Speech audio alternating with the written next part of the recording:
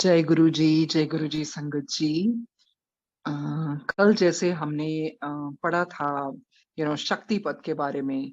What's that? It's like when your master bestows blessings on you, and he transforms your life completely. And the ways are quite different. It could be through some mantra, it could be by touching you, it could be by some word. तो इसी तरह से Swamiji, just like a child, he pestered his Guruji, his master, to give him samadhi.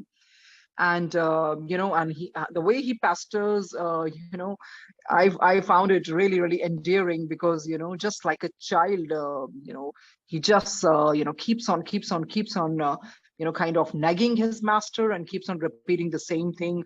He says कि आप यहाँ तो मुझे समाधि दे दो, else I'm gonna commit suicide. And it seemed that he was really, really determined. And तो बहुत light तरीके से, बड़े प्लेफुल तरीके से मास्टर भी उनके साथ खेलते रहे। वो कहते okay fine boy, you go ahead, if you really want to commit suicide, I am not gonna stop you. And पर उनके मास्टर जी ने एक बहुत बड़ी बात भी सिखाई।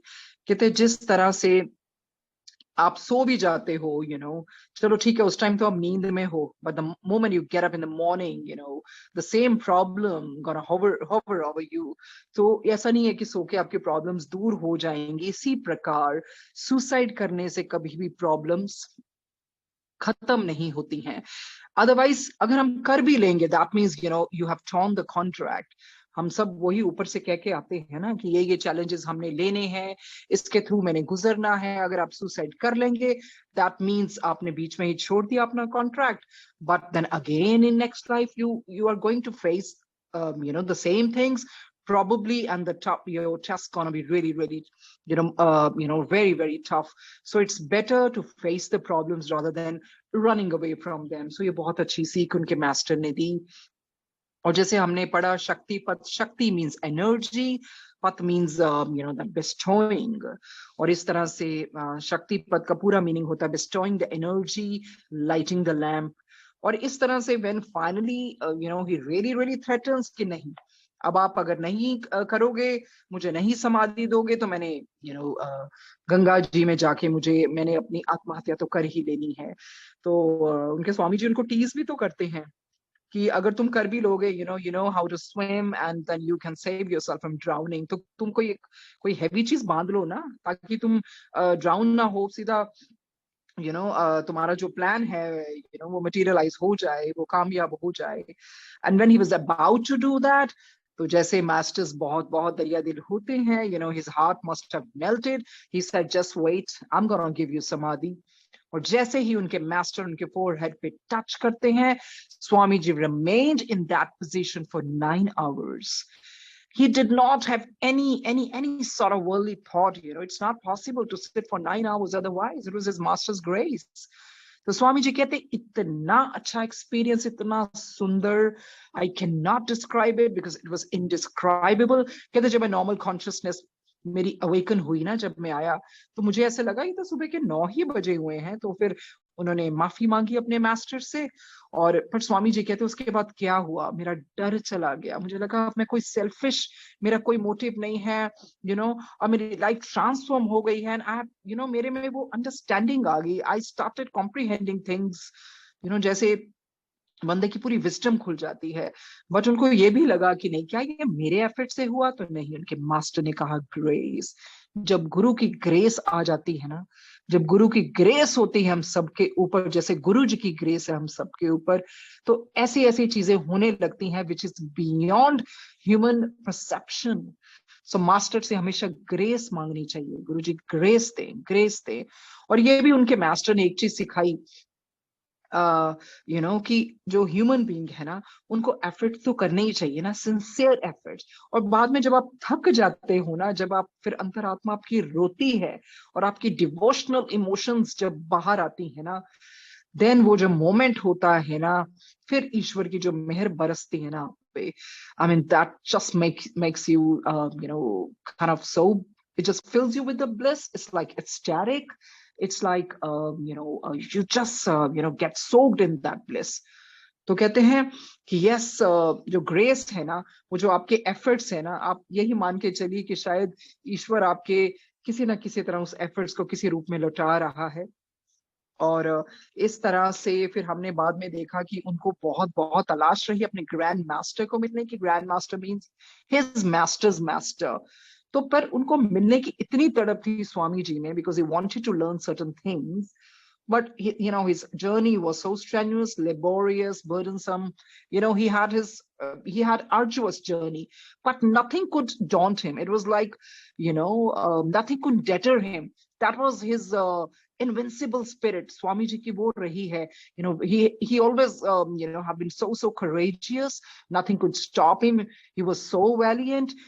कितनी मुश्किलें आई रास्ते में, किसी ने सोचा कि नहीं ये पॉलिटिकल पार्टी को बिलोंग करते हैं, बहुत तरह से। और स्वामी जी ने अपने अपने जगह जगह अपनी चतुराई से भी वो चीजें पार की। कईयों को बातों में लगा दिया कि नहीं, I am into fortune telling, I am into astrology, ताकि किसी तरह he try to coax them actually, ताकि वो अपने मास्टर से मिल सके। सो कहते हैं ना, way there is a will there is a way. जिस तरह से स्वामी जी ने अपनी विल को स्ट्रांग रखा, उनका रास्ता भी बनता रहा। और गवर्नमेंट ऑफिशियल से भी किसी तरह जैसे भी वो फाइनली अपना पहुंच गए मास्टर के पास। और जब मास्टर के पास मिले तो grand master embraced him, he hugged him tightly, और उन्होंने हालचाल पूछा कि नहीं, you seem to be so worn out। और इस तरह से मास्टर ने ये भी कहा, the path of the enlightenment is the toughest path। जैसे गुरु जी कहते भगती करनी सौखी है, मैं तो पत्ते भी खाते ने, मैं तो इन्नी तपस्या की है, मैं तो भुखे भी रहा, मैं तो मुंबई विच निंदिया भी कराई है। भगती करनी सौखी नहीं है। जो हम भक्ति कर रहे हैं ना संगत जी, वो तो चलो हम गुरु जी की कमाई खा रहे हैं, हमारा अपना कुछ नहीं है। हम सब गुरु जी की कमाई खा रहे हैं, वो उनकी कमाई में से, उनकी भक्ति की कमाई में से जो भी है। Otherwise if we think that no, we are sitting with so many hours and we get up in the morning and we do part, it's nothing in front of Guruji's gigantic grace। और जिस तरह से गुरुजी ने भक्ति की और कितने कितने साल भूखे भी रहे और पत्ते खाए, तो the path of enlightenment is the toughest. हालांकि गुरुजी को एनलाइटनमेंट नहीं चाहिए, गुरुजी हिमसेल्फ इज गॉड, पर गुरुजी ने दिखा दिया कि जो रब भी आंदा ना अवतार लेके, तो उन्हें कितना कुछ सहना पैंदा है। और गुरुजी अभी भी शारीरिक चोला छोड़ के भी इतनी चीजें अभी भी सह रहे हैं और अपने ऊपर ले रहे हैं। तो ऐसे गुरु कभी भी किसी को नहीं मिल सकते। तभी तो गुरु जी ये किताब पढ़ा रहे हैं कि देखो तानू भी पता लगे कि किद्दां किद्दां तपस्या करनी पैंदी है, भगती करनी सौखी नहीं हैगी। ऐसी तो घर बह के जो जलादन ने और बैदन ने ऐसी सोचते सी बड़ा कुछ कर लिया, इट्स नथिंग। ये जो हिमालयन मास्टर्स हैं और जो ट्रू मास्टर्स हैं, कैसे अपने केव्स में कोई अपनी हिडन आइडेंटिटी करके रहते हैं कि नहीं, क्योंकि उनका सोल पर्पस क्या होता है, to discover themselves and to help the real genuine disciples. और गुरुजी ने तो हमें बहुत सौखे में गुरुजी ने हमें भक्ति दे दी। और स्वामी रामा जी ये भी कहते हैं, जो grand master is compassion was indescribable. है ना, कहते जो योगीज और मास्टर्स होते हैं ना, जब इतनी प्यारी नजर से डिसाइपल्स को देखते हैं ना, तो जो मतलब उनके प्यार से हम रेडिएट होने, we start radiating, we start radiating with love, with so much of passion. It's like so much of ecstasy। तो ऐसे ही होता है जब गुरुजी की भी नजर शारीरिक चोली में भी या अभी भी किसी पे पड़ती है, तो इतना प्यार उमड़ता है, इतना ज्यादा प्यार उमड़ता है। और उसके बाद फिर उनके मास्टर ने ये भी तो दिखाया, हमें उसके बारे में पता चला, पर काया प्रवेश वो क्या होती है। That's a technique when you can enter somebody's body and then you can come back to your body as well. तो उनके मास्टर ने भी यही किया, he could leave his body and enter someone else's body and then he could come back to his own body. और वो अपनी body को अपने विल के मुताबिक जैसे मर्जी चेंज कर लेते थे। फिर हमने वो भी देखा कैसे उनकी बॉडी हेजी बन गई, हेजीनेस से फिर उन्होंने ह्यूमन फॉर्म लेके फिर क्लाउड बन गया, मतलब उसके बादल की शेप में हो गई। फिर उसके बाद मूव करने लग गई, फिर धीरे धीरे फिर वो गायब हो गई, फिर बाद में विजिबल हो गई। मतलब ये क्या है, ये सब ये है कि यस, ये जो ईश्वर ने पोटेंशियल्स दी है ना इंसान को, कि कोई ऐसी चीज है नहीं जो इंसान ना कर सके। क्योंकि इसके कुछ योगा सूत्रास होते हैं, कुछ टेक्निक्स होती हैं, पर ये हिमालयन मास्टर्स और ये ट्रू योगीज ही कर सकते हैं। हम लोग जो गृहस्थ आश्रम वाले हैं तो उसके बारे में तो सोच भी नहीं सकते, बिकॉज गुरु जी ने हमारा रास्ता बहुत कंपैक्ट करके सिमरन के साथ, सेवा के साथ, इन चीजों के साथ जोड़ दिया, बहुत आसान कर दिया। सो कोई शब्द नहीं है गुरु जी की महिमा करने के लिए कि हमें तो इन चीजों से गुजरना भी नहीं पड़ा। और बाकी अगर हम सफरिंग की बात करें, वो तो हमारी अपनी ही होती है जो हमारे पिछले जन्मों में है। और कई बार मास्टर हमें बहुत ज्यादा इकट्ठी सफरिंग भी दे देते हैं, so that he is clearing a path, he doesn't want us to come again and again to clear for the same test। तो अगर बहुत ज्यादा इकट्ठी सफरिंग आ जाए उसका भी शुक्रिया करें, ठीक है गुरु जी, इसमें भी बहुत बहुत आपका बहुत बड़ी कोई बहुत बड़ा विजन है आपका, बिकॉज आप नहीं चाहते कि हम कितने जन्म दें। तो अभी तो फिर भी आपने हमें अवेयरनेस दी है, we can look up to you, we can lean on you, but otherwise Guruji अगर अगले जन्म में फिर कुछ ऐसा हो तो हमें पता ही ना चले, अगर अवेयरनेस भी ना हो हमें ईश्वर की, तो फिर तो बहुत मुश्किल हो जाएगा। अभी still we can rely on him.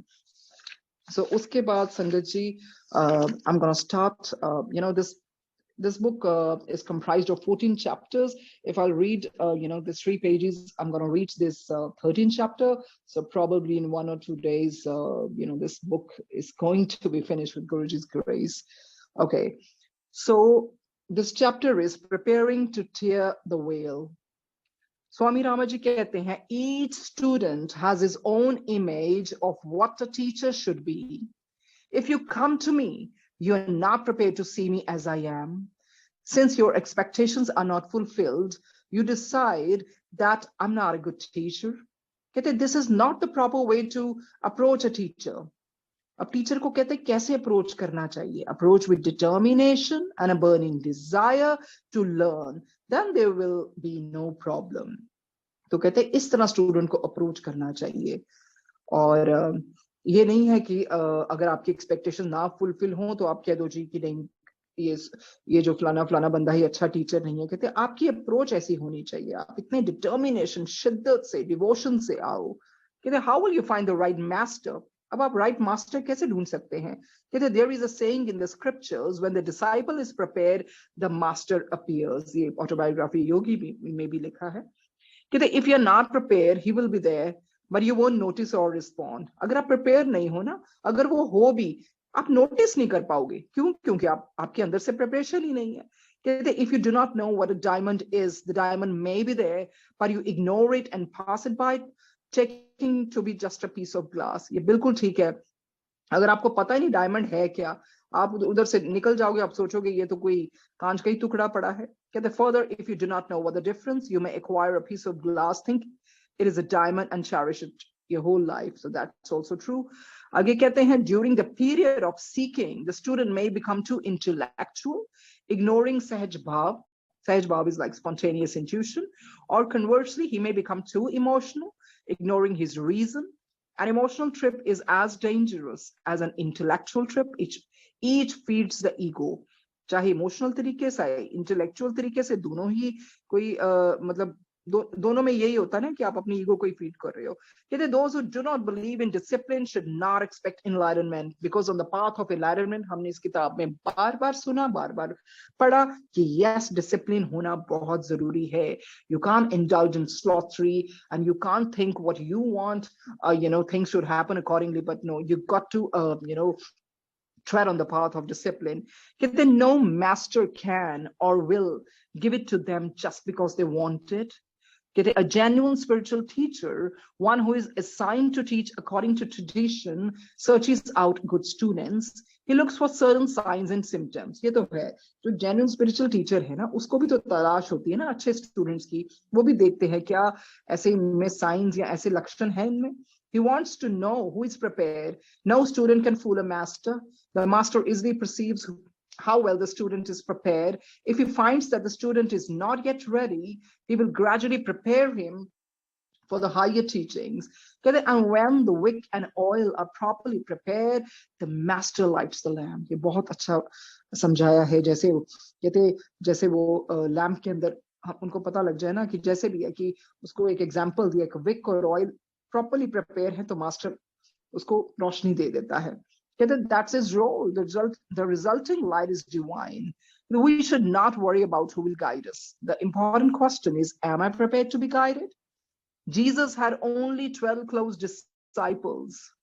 कहते जीसस के 12 जो बहुत उनके नजदीक थे, ऐसे शिष्य थे. He helped many, but he imparted the secret wisdom only to those few who were prepared. The Sermon on the Mount is comprehended by only a few, not by the multitudes.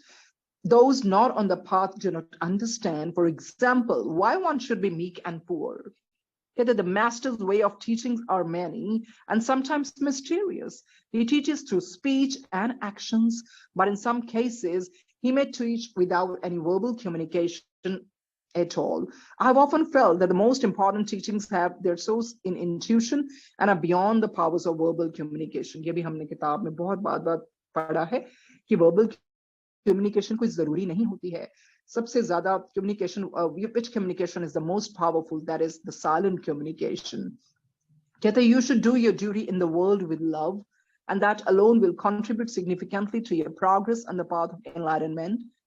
You do not need one who can guide and help you. You need an external guru as a means to attain the guru within you. आपको एक गुरु चाहिए जो आपके अंदर का गुरु तत्व आपको बता सके. Sometimes you may become egoistical and decide, I don't need a guru. That is ego talking. You must tame it. Kabir होता ना, हमें भी ऐसे इंसान देखते हैं कि हमें गुरु की क्या जरूरत है, तो वो आपकी ईगो बोल रही होती है, क्योंकि गुरु की हर इंसान को जरूरत है, और हम इतने फॉर्चुनेट है कि ईश्वर ही हमारे गुरु बन के आए. कहते you will never meet a bad guru if you are a good student.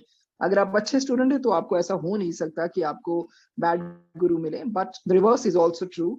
If you're a bad student, you won't meet a good guru. Why should a good guru assume responsibility for a bad student? Nobody collects garbage. If you're in search of a guru, search within first. पहले आपने अंदर के गुरु तत्व को जगाओ, अंदर की ओर जाओ. To become a yogi means to know your own condition here and now to work with yourself. Don't grumble because you don't have a teacher. Ask whether you deserve one. Are you capable of attracting a teacher? Once when I complained to my master that he was not teaching me, he said, come on, I'll become your disciple for the time being. You become the teacher, act exactly as I have. I told him, sir, I do not know what to do. He said, don't worry, you'll know. So he came to me with his eyes closed, carrying a bowl which had a big hole in it. उनके master ने ऐसे बोला, जब इन्होंने complain किया ना कि आप मुझे कुछ सिखा रही नहीं हो, कहते कोई बात नहीं, मैं तुम्हारा डिसाइपल बन जाता हूँ, तुम मेरे गुरु बन जाओ. तो वो उनके पास क्या आए, एक बोल लेके आए और उसमें छेद था बहुत बड़ा. And he said, teacher, give me something. I asked, how is it possible for me to give you anything? Your bowl has hole in it. Then he opened his eyes and said, you have a hole in your head and you want something from me. तो बहुत अच्छा practically उन्होंने करके बताया. तो कि भी जब बोल लेके आए तो कहते मैं तुम्हें स्वामी रामा जी कहते मैं आपको क्या दूं, इसमें तो छेद है. तो जब उन्होंने आंखें खुली तो कहते इसी प्रकार तुम्हारे मन में, तुम्हारे सर पे छेद है, and you want something from me. So it sounds so hilarious, but it's so practical. तो उनके स्वामी जी आगे कहते हैं, उनके मास्टर कहते increase your capacity बढ़ाओ, purify yourself, acquire the gentle strength within. God will come and say to you, I want to enter this living temple that you are. जो सानू गुरु जी कहते ना अपना पांडा था साफ कर लो, तो पांडा साफ किस तरह करांगे? उसी तरह से ना पहले अपने मन को निर्मल बनाएं, अपने मन को हम सारी मैल दूर करें. वो ऑटोमेटिकली गुरुजी ने रास्ता बनाया ना गुरबानी के थ्रू. पर गुरबानी सुनना उतना ही important है जितना उस पर अमल करना. We should not think that we are sitting in satsang and now I'm pious. The moment I go out and again, I behave, very badly with other people, and our character should shine through our speech, through our action, through our words. तो ये मतलब है, कहते इस तरह से अपने आप को बना लो कि ईश्वर कहे भाई हाँ मैं इस मन मंदिर में रहना चाहता हूँ. अपने आप को हमें साफ तो करना चाहिए ना. ईश्वर को हमें इनवाइट करने के लिए अपने अंदर की मैल को निकालना चाहिए, अपने थॉट्स को प्योरीफाई करना चाहिए, उसको पॉजिटिव रखें. कहते हैं, prepare yourself for that situation, remove the impurities, and you will find that he who wants to know reality is himself the source of reality. तो बिल्कुल हम सबके अंदर वो ईश्वर तत्व है, वो source of reality हम सबके अंदर है, provided if we start, seeking within, sorry. Okay, of the many swamis and teachers of all faiths whom I have known, only a few have been fully enlightened. I once raised this problem with my master. I said, sir, so many people are called swami or sage. The people of the world are cheated. Why are there so many inadequate teachers who aren't really ready to be teachers, who themselves should still be students? तो वही स्वामी रामा जी ने कहा कि देखो, बहुत ऐसे लोग हैं ना, पखंड भी तो बहुत है ना, जो दूसरों को चीट करते हैं और इतनी उनमें क्षमता भी नहीं है, और वो खुद भी तैयार नहीं है टीचर्स बनने के लिए, और वो तो खैर अभी खुद ही स्टूडेंट्स है, तो ये कैसे है? तो उनके master he smiled and said, do you know, a garden of flowers often has a fence or a hedge around it to protect it. These people are the hedge created for us by the Lord. तो उनके स्वामी जी के answers इतने smart हैं, इतने judicious है। वो कहते हैं, तुम्हें पता है ना, जहां पर फूलों का गार्डन होता है, बगीचा होता है, उसके आसपास फेंस लगा होता है ना, ताकि फूलों को कुछ हो ना सके। कहते ये जो लोग है ना, हमारा हेज ही तो है, ईश्वर ने उनको इसीलिए ऐसे चुना हुआ है। कहते let them pretend, that's okay. कहते करने दो pretend. One day they will in fact become fully realized. धीरे धीरे धीरे धीरे वो भी fully realized हो जाएंगे. For now they are only cheating themselves. कहते अभी तो अपने आप को ही cheat कर रहे हैं ना, पर कितना का cheat कर लेंगे? धीरे धीरे धीरे probably their eyes will also open and they will also walk on that realization path. कहते if you want to meet a genuine and fully knowledgeable teacher, you must first prepare yourself. Then you will be able to pass through the hedge. बहुत अच्छा उन्होंने बताया कि अगर तुम्हें उस genuine teacher की तलाश है ना, कि जिसको पूरा ज्ञान हो, तो पहले अपने आप को तो तैयार करो, फिर ये जो हेज बना हुआ है ना, it's not gonna obstruct you, hamper you, you will pass to that haze. तो उनके ये बहुत प्यारा तरीका रहा है समझाने का. Okay, next is the 13th chapter, that's mastery over life and death. Swami ji कहते हैं, you are the architect of your destiny. Death and birth are merely two events of life. You have forgotten your essential nature, and that is the cause of your suffering. When you become aware of this, you are liberated. तो स्वामी जी क्या कहते हैं, यही तो है ना, चलो death और बर्थ तो हमने स्पिरिट और वर्ल्ड में भी जाना कि ये तो बहुत मेजर, चलो जो भी इवेंट्स है लाइफ के, पर हमारा जो एसेंशियल नेचर है ना, that is we are spirits. हम ईश्वर के अंश हैं, हम उस परमात्मा की रूहें हैं. कहते ये जब हम इससे मुंह मोड़ लेते हैं ना, हम पता ही नहीं, अपने आप को सिर्फ शरीर समझ रहे हैं, तो हमारी कॉज ऑफ सफरिंग बन जाता है. पर जब हमें पता है हमारा असली घर क्या है, हम स्पिरिट फॉर्म्स हैं, we are spirit in this bodies, तो फिर हमारा लिबरेशन शुरू हो जाता है. Okay, next, the name of the chapter is birth and death are but two commas. कहते I used to follow my master because he raised me from a young age, but I was not always convinced of the truth of what he taught. When I was calm and quiet, doubts would often rise from the deeper levels of my mind. I was directed by my master to visit various swamis. At first I thought I'm wasting my time. These are useless people. They are withdrawn from the world, sitting under trees. Why do they do that? Slowly, I came to realize that first we should learn to doubt our own doubts and to analyze the very doubt themselves. तो वही ना, शुरू में स्वामी जी को यही लगा, क्योंकि उनके मास्टर बहुत स्वामीज के पास भेजते थे. वो हमने सारा किताब में पढ़ा कि अनगिनत स्वामीज के पास उनको भेजा. तो कहते कई बार शुरू में तो मुझे लगा कि they are just wasting my time and whiling away time, and I find them so useless, just sitting under the shade of tree and just meditating and all that, और अपने आप को बिल्कुल ही दुनिया से दूर किया हुआ है. आखिर ये करते क्यों है ये? कहते फिर स्लोली मैंने रियलाइज भी किया ना कि पहले हम अपने डाउट को तो दूर करें. कहते when I was 17, I was sent to visit a certain sage who was a disciple of my master, but I didn't know that at that time. मुझे उस टाइम पर पता नहीं था उनके बारे में, but I didn't know that at that time. My master told me, if you really want to learn from a genuine Swami, go to this man and live with him. I was directed to go to a place near Gangotri. where I found a Swami sitting in a cave. Never before had I seen such a beautifully formed body. तो वो जिन स्वामी जी के पास इनके master ने भेजा ना, कहते मैंने इतना सुंदर शरीर किसी का नहीं देखा. कहते at that age I was interested in bodybuilding and physical strength and was envious of a body like his. क्योंकि young रहे ना Swami ji, he also got really attracted and enamored, by this bodybuilding and physical strength and all that physical metal. तो कहते मेरे को थोड़ा envy सा हो गया था जब मैं किसी की ऐसी body देखता था. कहते he had a broad chest and a very small waist and his muscles were very solid. I was amazed to learn that he was 85 years old. अब 85 years old की body तो ऐसा बंदा कोई expect नहीं ना कर सकता, but you know he had a beautifully formed body and जैसे इधर बताया गया है, small waist and a broad chest. Okay. कहते after I greeted him, the first thing I asked was, sir, what do you eat here? आप क्या खाते हैं? I was preoccupied with food. After my experience at the college, I had become like a Westerner in the matter of food. Each day, a variety of meals was available, and I was always anticipating the various dishes to be enjoyed at pending meals.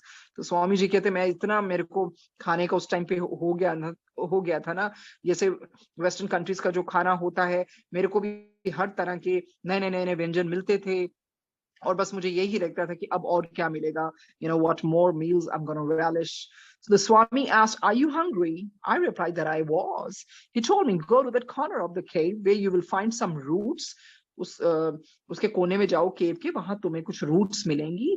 कहते take one and bury it in the fire. In a few minutes remove it and eat it. तो वो तरीका बताया कि भी उसको कैसे तुम आग में डालो, थोड़ा सा रख के फिर उसको खा लेना.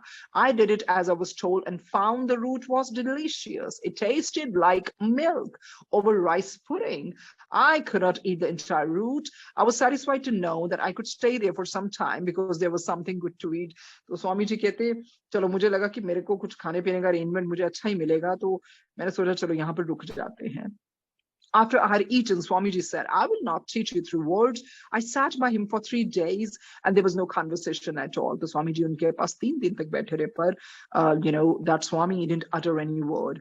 On the 3rd day, I decided that it was a waste of time and energy to stay with a man who was silent all the time. He was not teaching me anything. While I was thinking this, he said, boy, you were not sent to me to receive intellectual knowledge such as you can find in books. So उन्होंने उनको बोला कि मैं इसलिए नहीं मुझे भेजा गया, तुम्हें मेरे पास भेजा गया था कि मैं कोई इंटेलेक्चुअल नॉलेज दूं जो तुम्हें किताबों में मिलती है. कहते तुम्हें कुछ इधर एक्सपीरियंस के लिए भेजा गया. You have come here to experience something and I am going to leave my body the day after tomorrow. तो वो स्वामी जी कहते मैं अपना शारीरिक चोला कल के बाद छोड़ रहा हूं. I couldn't understand why someone would choose voluntarily to leave his body. I said, sir, that will be suicide. It's not good for a sage like you to commit suicide. This was a kind of thing I had learned from studying in the college. He said, I am not committing suicide. When you remove an old book cover and replace it with another, you do not destroy the book. When you change your pillowcase, you do not destroy your pillow. तो बहुत अच्छा समझाया स्वामी जी ने कि तुम अगर पुराना book cover उतार देते हो, नया डाल देते हो, या तुम अपने पिलो से पिलो केस नया बदल देते हैं, तो इसका मतलब ये थोड़ी है कि तुम किताब को डिस्ट्रॉय कर रहे हो या पिलो को डिस्ट्रॉय कर रहे हो. At the age of 17, I was doubtful. I said, you have a wonderful body. I wish I could have a body half as beautiful as yours. Why are you discarding it? आप क्यों इतने सुंदर शरीर को discard कर रहे हैं? काश मेरा शरीर आपके जैसा होता. कहते that is not good, it's a sin. In this way I thought I was teaching him. स्वामी जी कहते मतलब वो तो इतने बड़े रहे होंगे ना, बड़े पहुंचे महापुरुष, तो स्वामी जी उनको समझाने लगे. तो मुझे लगा कि नहीं, मैं कुछ उनको सिखा रहा हूँ, because ये तो पाप है. He listened for some time without responding. After a while, my brother disciple came in and I explained, how did you get here? When I last saw you, you were far away from this place. He quietly took me aside and said, don't disturb him. You ask him silly questions. You don't understand sages. Let him leave his body peacefully. But I argued with my brother disciple. I said, he has such a beautiful body. Why should I leave it? Why should he leave it? This cannot be yoga. This is a simple suicide case. तो स्वामी जी तो माहिर हैं arguments करने में. स्वामी जी कहते कि उनको क्यों ये अपनी बॉडी छोड़ रहे हैं. हाँ, ये कोई योगा की टेक्निक तो है नहीं है. ये तो सिंपल सुसाइड है। कहते the police are far away from here or I would have them arrest him. This is an illegal act. स्वामी जी कहते ये तो illegal act है. In spite of what my brother disciple said, I remained doubtful and disapproving. When we went out for morning or evening ablutions, I would say, this healthy man with such a beautiful body should go and show people how to build and maintain healthy bodies. He says, I am only seeing his body, that I should see something more. But what is that? My brother disciple, who was older than I, replied, calm down. There are many things you still must learn. Let us keep our minds open so that we may come to understand. There are many mysteries in life.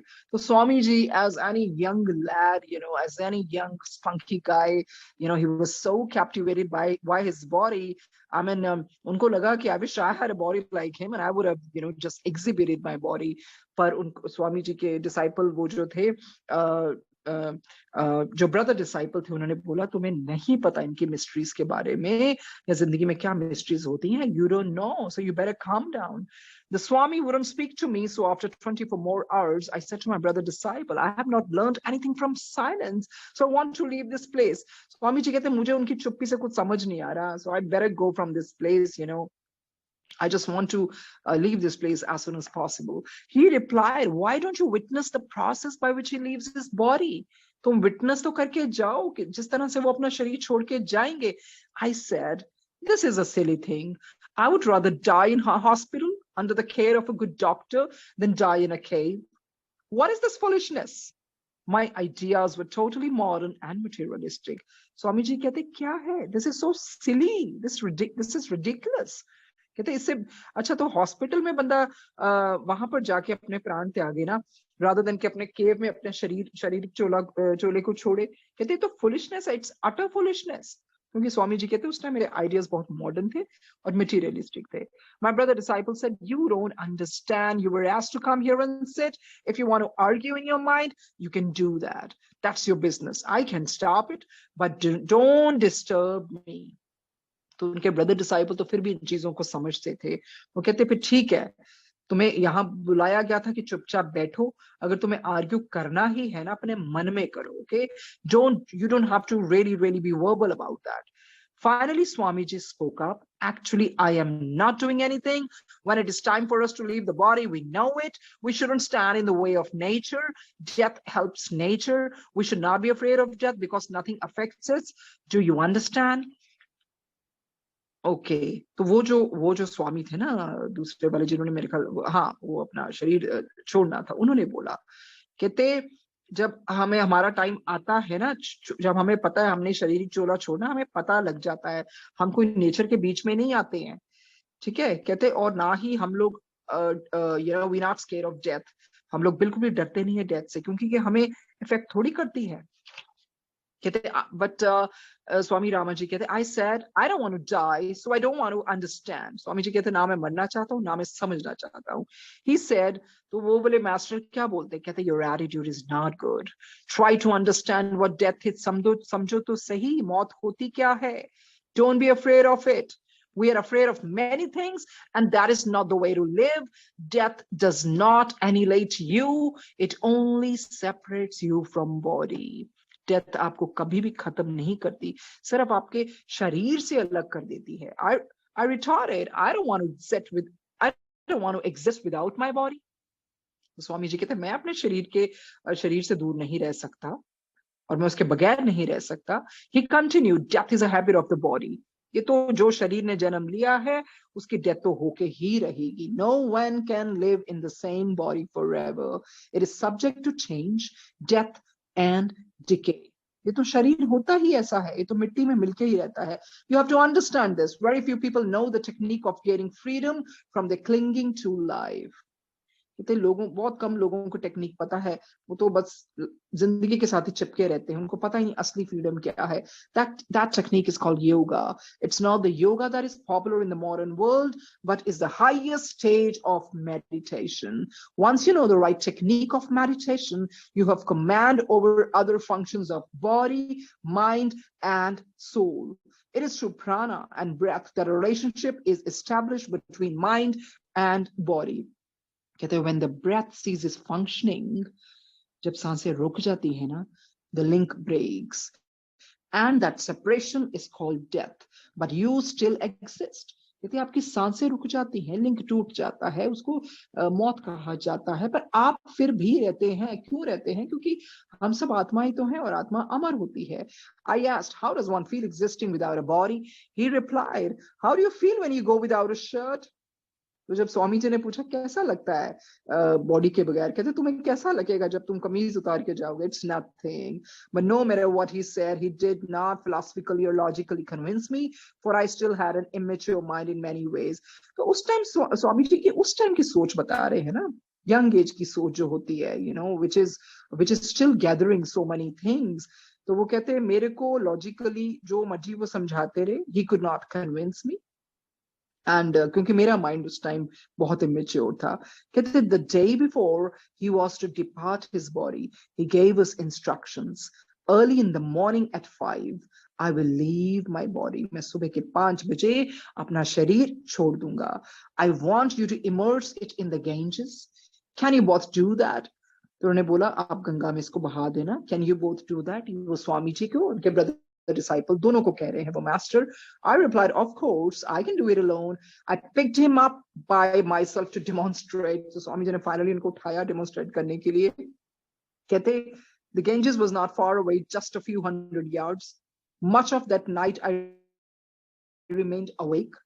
ज्यादातर तो मैं जागता ही रहा, स्वामी जी कहते, trying to understand the motives of this man's voluntarily discarding such a good and beautiful body.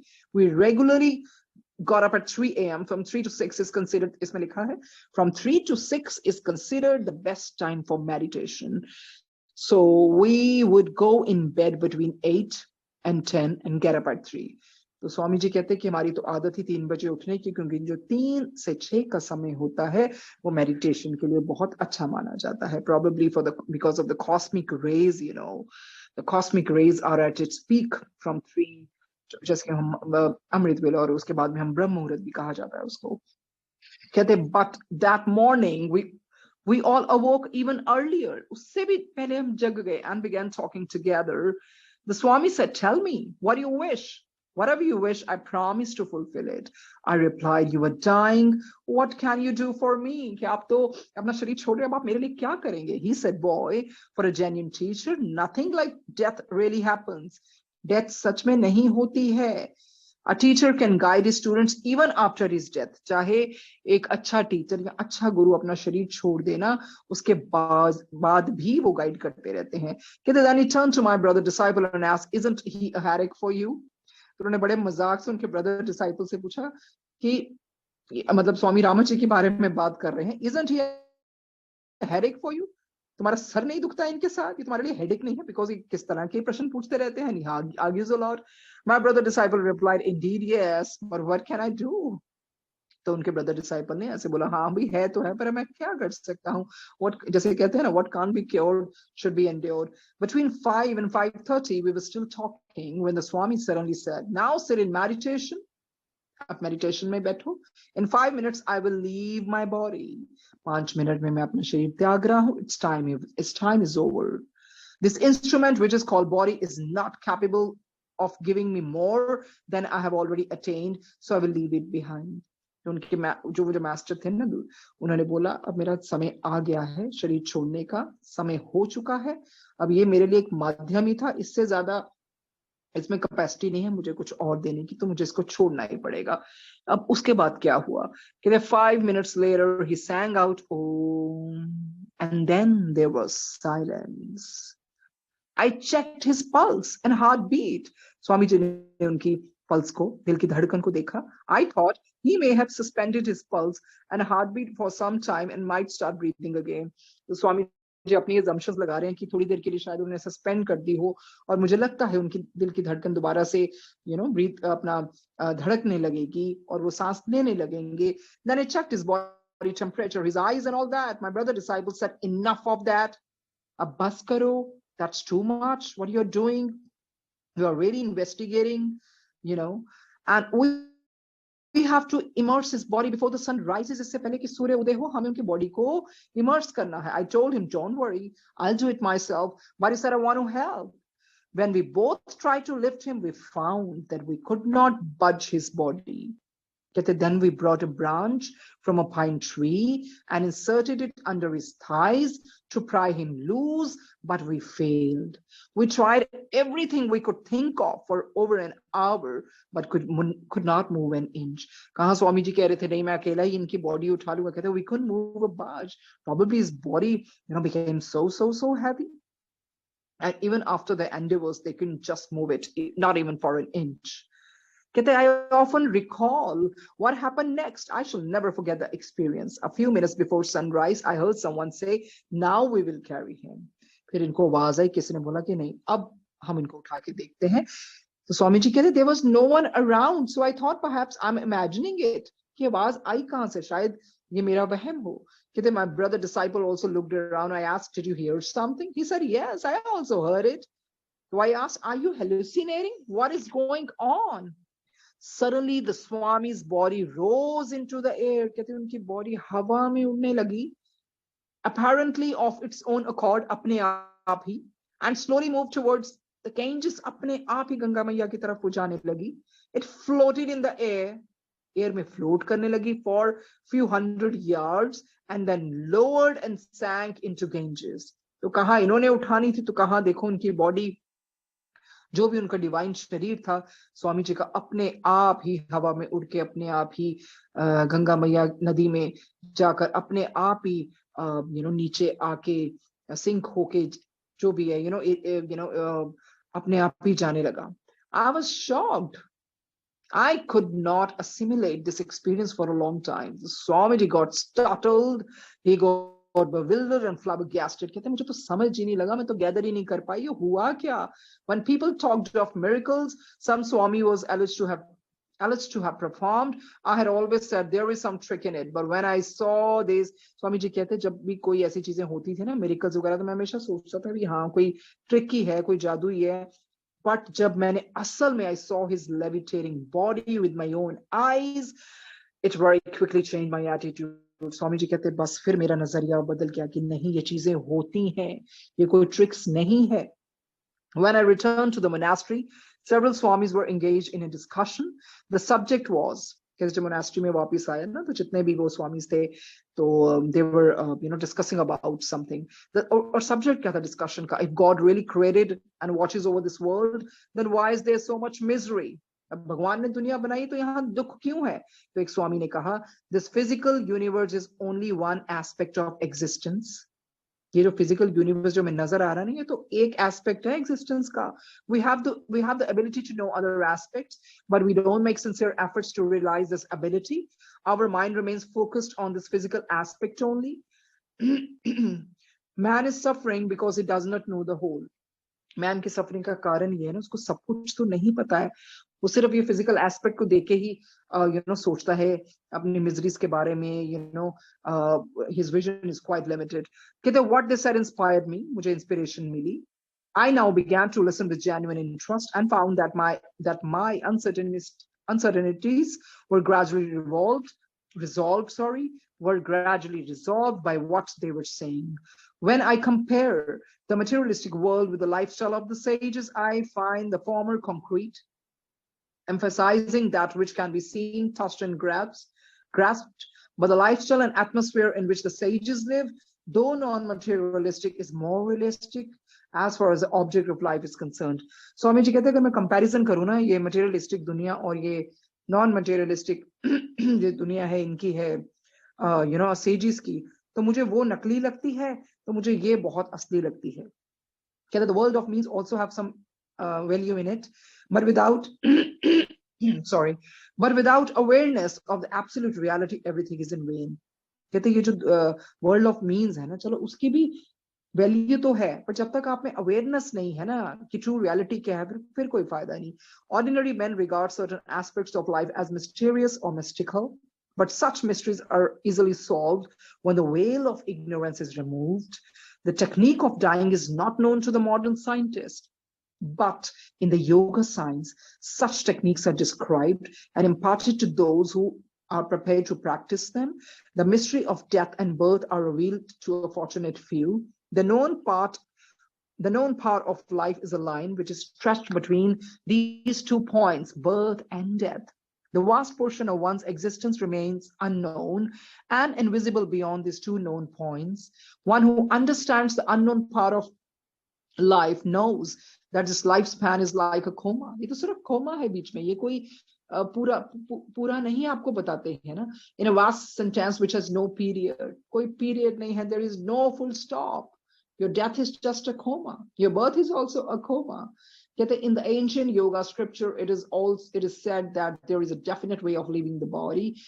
11 gates are described through which the pranas or subtle energy can exit. कहते 11 दरवाजे बताए हैं जहां से जो आपकी सटल एनर्जी होती है ना, ये वहां से बाहर आ सकती है. The yogi learns to leave through the gate called Brahmarandra, located at the fontanel, the crown of the head. It is said that who travels through this gate remains conscious and knows about life hereafter exactly as he knows life here. तो ये जो अब हमने पढ़ा है इसमें कि किस तरह से जो योगीज होते हैं ना, वॉलंटरली छोड़ देते हैं, ये ना तो सुसाइड होता है, ये ना ही सिन होता है, क्योंकि इनको समझने के लिए हमारी समझ उतनी नहीं है. पर जितना भी गुरुजी से समझा है यही है कि देखो, इनका ये आम इंसान की तरह इन्होंने शरीर नहीं लिया होता. इनको आने से पहले भी पता होता है कि हमारा पर्पस क्या है. जो हाईएस्ट स्टेजेस होते हैं, हमारा पर्पस क्या है आने का, किस तरह से हमने रहना है, जीना है. और देखो, हमने कई तरह के, जैसे महाअवतार बाबा जी, जिनको बिल्कुल ही बोला जाता है ऑलवेज एवर यंग योगी, एजलेस योगी, अभी भी वो हैं, पता नहीं कितने हजारों वर्ष से वो हैं. तो ये अपने ऊपर होता है. कोई इतने, हमने देखे कई योगी 200, 250, 300 साल तक भी जीते हैं, और कई बड़ी जल्दी भी शारीरिक चोला छोड़ देते हैं, क्योंकि उनको लगता है हाँ, जिस महत्व के लिए मैं आया था, जिसके लिए मैंने दोबारा से जन्म लिया, वो अपने शरीर को सिर्फ इंस्ट्रूमेंट समझते हैं, माध्यम समझते हैं, किस माध्यम से मैं आया हूं, और ये जो मेरे कर्म थे, जो स्पिरिचुअलिज्म में मैंने करना था, मैंने कर लिया. अब मेरे जाने का समय आ गया है. वो डेथ से बहुत ऊपर होते हैं. वो सुसाइड नहीं होता, वो वॉलंटरली अपना शरीर छोड़ते हैं. और उसको मतलब वो इतनी ऊपर, और उनको ये भी पता होता है कि हमने कब छोड़ना है. कई बार वो अपना टाइम लेट भी कर लेते हैं, कई बार वो पहले भी छोड़ देते हैं. जिस तरह गुरु जी ने अपना शारीरिक चोला भगवान ने लिया और अपनी मर्जी से छोड़ा, इतनी सफरिंग लेते हुए छोड़ने के बाद भी सिर्फ वो शारीरिक चोला छोड़ा, उसके बाद भी गुरुजी सबके साथ है, हर समय हर कहीं है, क्योंकि ईश्वर को हम शरीर में तो बांध ही नहीं सकते. I still remember, I would like to share a satsang. एक बारी डिफेंस कॉलोनी में, उस टाइम कोई भी नहीं था. कई बारी ऐसे होता था, बहुत पहले की बात बता रही हूँ, कि कई बारी हम दोपहर को भी चले जाते थे. उस टाइम गुरुजी तो दिल्ली में होते थे, मतलब अपने गुरुजी तो हर कहीं हैं, but you know what I mean, कि वो अपने उधर एम्पायर स्टेट में. तो यहाँ एक बारी मैं वैसे ही गई अंदर, तो वो सुदामा जी थे. तो जैसे ही मैं गई, क्योंकि सुदामा जी हर पल वहीं रहते थे, तो इतनी वाइब्रेशंस भी है उनमें. तो मेरे को बड़े प्यार से कहते हैं, हाँ जी सोनिया गांधी, बैठ. तो बड़े प्यार से बिठवाया. फिर एकदम से उन्होंने ये भी कहा, लव माय सोल गुरुदेव. मतलब उन्होंने ऐसे, जैसे वो अपनी तरफ से हिंट दे रहे थे. कहते, गुरुदेव शरीर नु प्यार नहीं करीदा, आत्मा नु प्यार करो.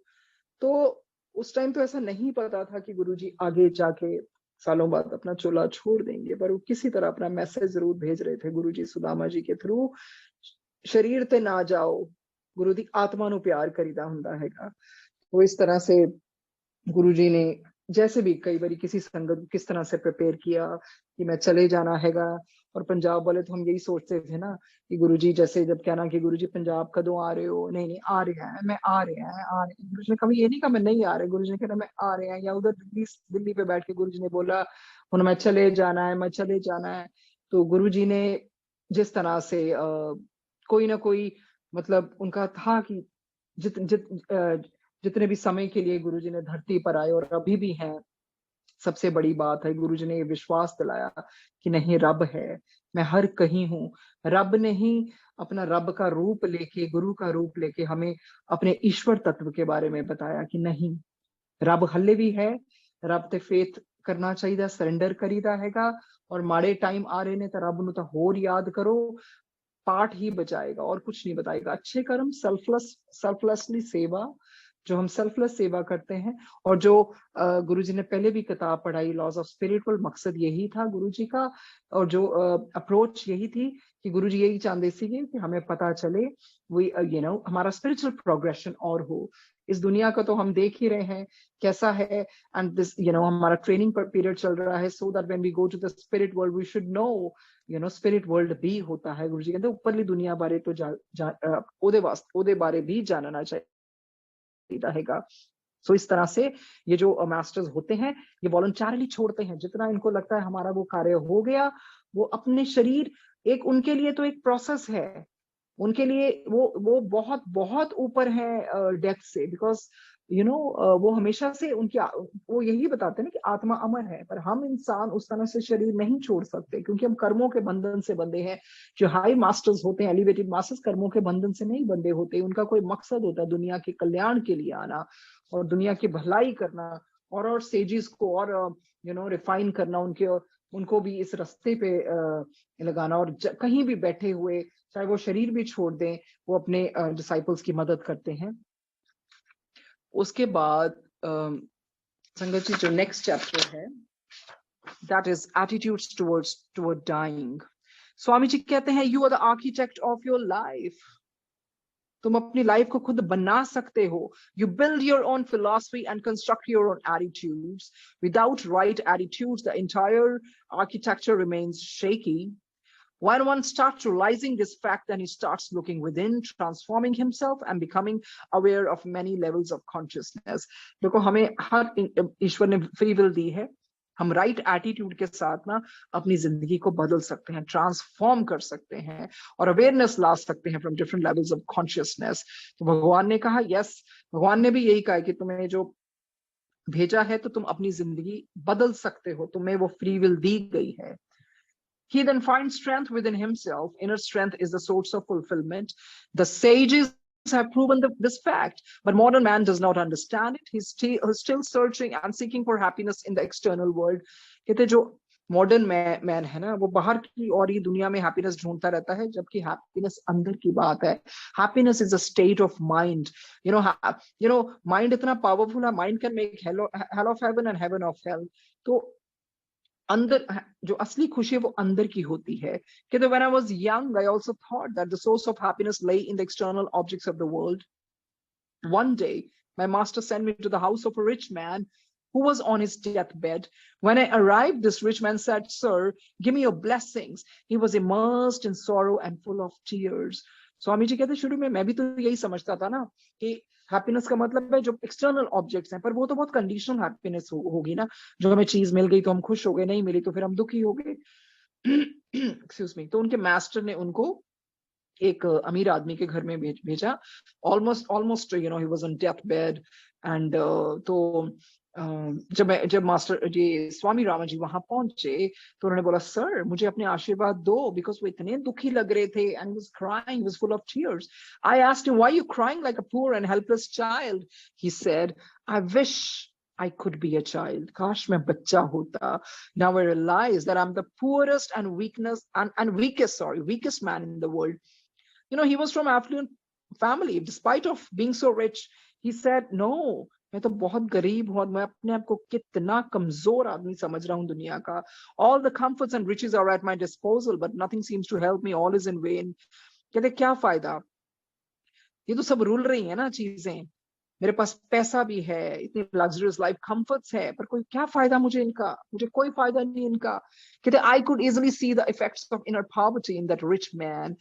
स्वामी जी कहते जो अंदर की गरीबी है ना वो रिफ्लेक्ट हो रही थी, मुझे पता लग रहा था।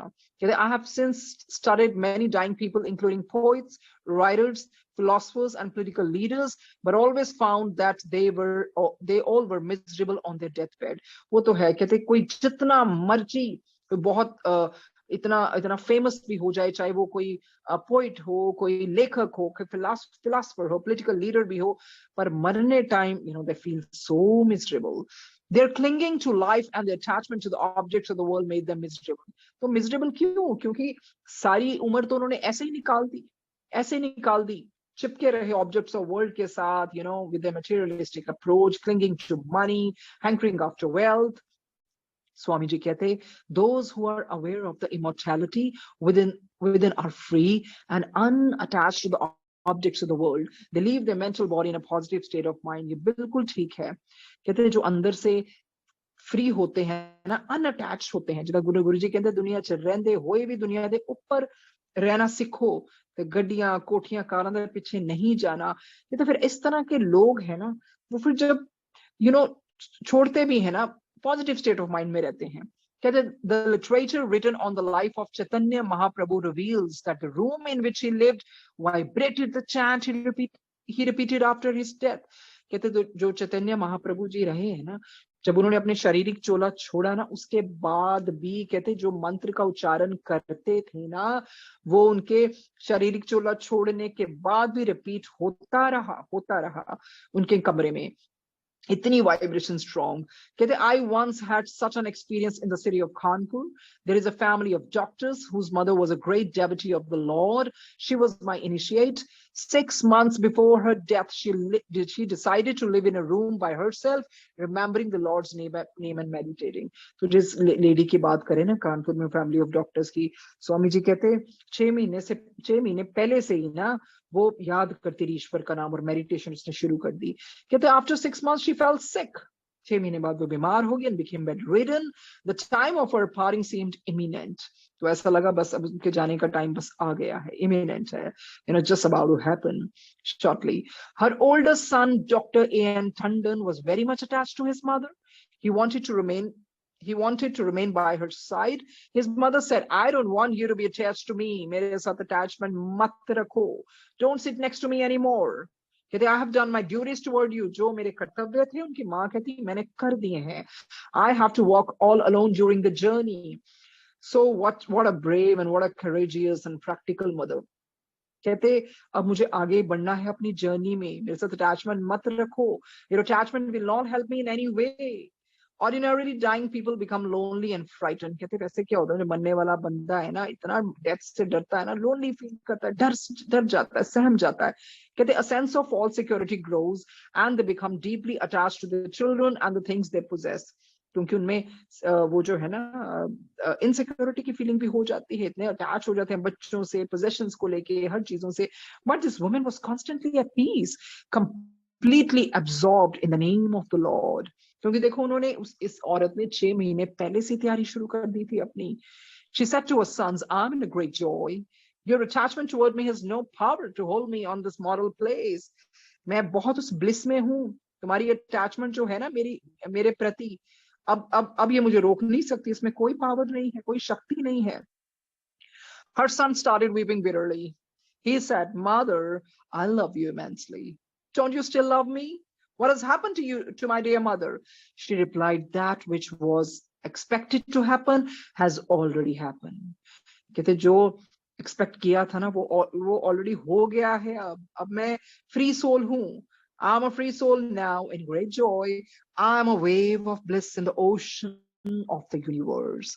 I am free from all fears and anxieties. You are still attached to my moral body, but I have not known. But I have now known that my body is just a shell. Do you call it mother? तो देखो उनको इतना ज्यादा experience हो गया उस true bliss का, true Joy का. कहते मेरी बॉडी क्या है, but I have now known कि बॉडी तो एक बस शेल है. Do you call it mother? I was present there. स्वामी जी कहते मैं वहीं पर था. Just give me 2 minutes so that I can finish this chapter. कहते I was present there. She wouldn't allow anyone to sit in the room but me. किसी को उन्होंने आज्ञा नहीं दी बैठने की सिवाय मेरे. 5 minutes before her death, she smilingly whispered in my ear, these people think that I've lost my mind. कहते क्या ये सोचते हैं मैं पागल हो गई हूँ? These people think that I've lost my mind, but they do not know how much I have gained. इनको क्या पता मैंने क्या पा लिया. Then she asked me to call all the family members. She raised her hand and blessed them and then left for her heavenly abode. देखो उन्होंने spirit world जाने से पहले 6 महीने से पहले अपने आप को तैयार करना शुरू कर दिया था. After her death, the walls of that room in which she lived vibrated with the sound of her mantra.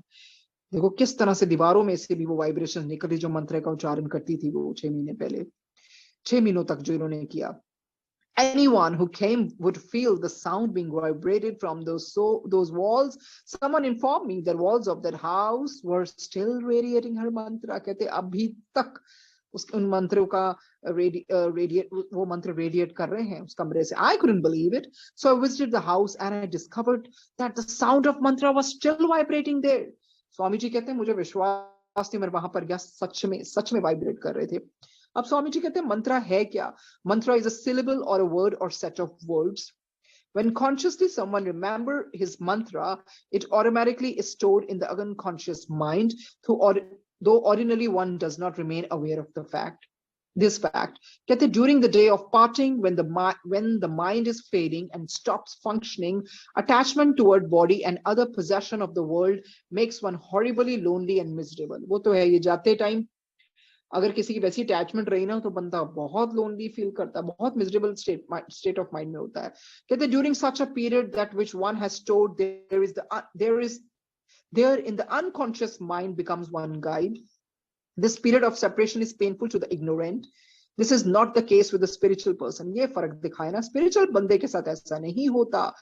Who has remembered his mantra faithfully, the mantra guides him through this period of transition, which is frightening to the ignorant.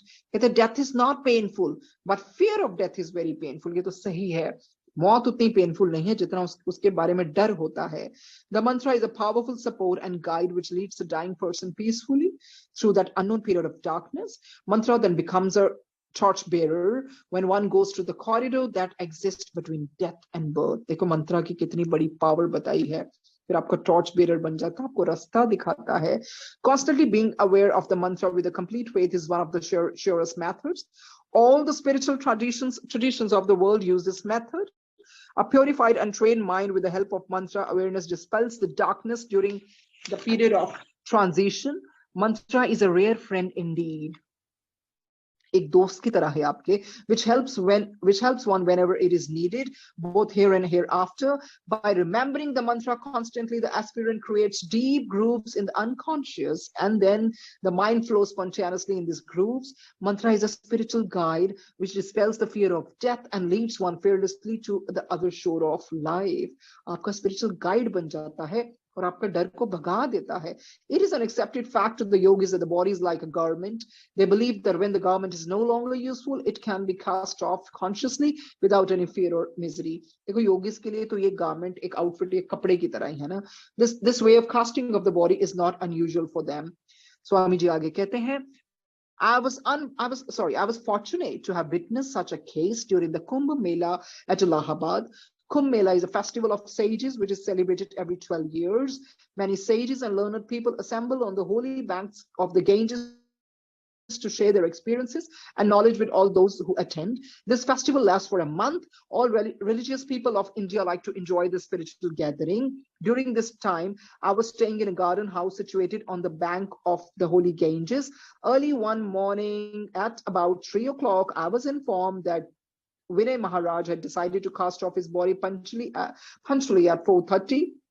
कि विनय महाराज जी 4:30 बजे अपनी body को छोड़ देंगे. कहते this Swami was a student of my master. ये मेरे master के स्टूडेंट रहे थे. I immediately rushed to the hut where he was staying. There he talked to me for half an hour discussing the higher practices of yoga Vedanta.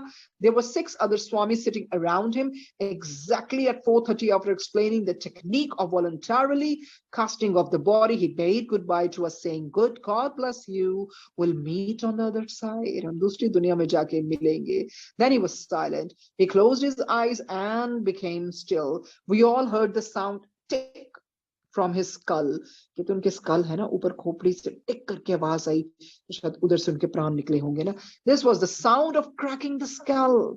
This process is called casting of the body through Brahmarandra. कहते इस process को पता क्या कहा जाता है जो ऊपर से ऐसे आवाज आई, Brahmarandra. We later immersed his body in the Ganges. There have been many such occasions when I witnessed a yogi casting of the body consciously. Modern man knows how to eat, talk, wear clothes, and live in society. He also knows how to prepare prepared the expectant mother to give a safe birth and has discovered the painless method of labor. But modern man has not yet learned the techniques of casting of the body voluntarily and joyfully. तो बहुत बड़ा इन्होंने बताया है। कहते हमें सबको पता भी खाना कैसे है, पीना कैसे है, एक मदर है उसकी उसको डिलीवरी कैसे करवानी है और पेनलेस मेथड से कैसे उसको गो थ्रू करवाना है, पर हमें ये नहीं पता मॉडर्न मैन ऐसी टेक्निक्स हैं जिसमें आप अपनी बॉडी को वॉलंटरली बड़ी जॉयफुली कास्ट ऑफ कर सकते हो। ये तो वो हिमालयन मास्टर्स मुझे लगता है बहुत पहुंचे हुए कर सकते हैं। During the time of death he becomes miserable and experiences many psychological pains. अब कहते हैं our modern society through highly evolved technology is still ignorant of the many mysteries of life and death. Modern man has not yet discovered the resources which are already within him. Death is a habit of the body, a necessary change. The dying man should be educated psychologically for this moment. This inevitable change called death is itself not painful, but the fear of death creates misery for the dying man.